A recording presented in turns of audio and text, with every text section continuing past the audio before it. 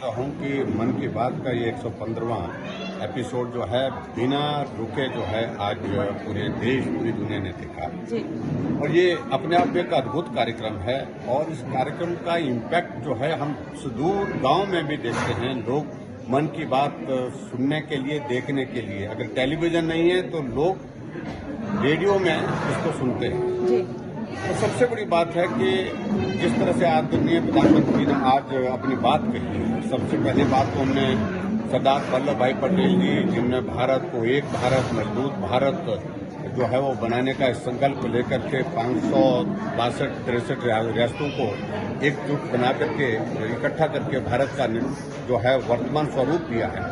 उनकी 150वीं जन्म जयंती है, उस पर भी उन्होंने कहा कि कार्यक्रम हमको करने हैं। और उसी तरह से बिरसा मुंडा जी का एक बहुत बड़ा योगदान रहा, एक ट्राइबल में उनने जिस तरह से स्वतंत्रता के आंदोलन में एक बहुत बड़ी हिस्सेदारी की, उनकी भी 150वीं जयंती है और इस पर भी प्रधानमंत्री जी ने कहा कि सरकार की ओर से कार्यक्रम करेंगे और हम सब लोग भी उस कार्यक्रम का हिस्सा बने।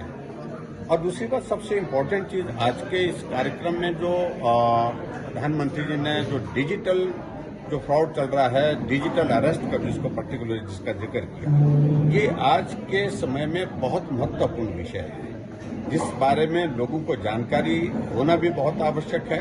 और प्रधानमंत्री जी ने बिल्कुल साफ शब्दों में कहा कि डरने की आवश्यकता नहीं है। 3 चीजें बताई हैं वो करने के लिए उन्होंने, और साथ में उस सारी चीज से अपने आप को भी कैसे बचना है, कैसे बचाना है, इस सारी चीज में उन्होंने बहुत विस्तार से अपनी बात कही है।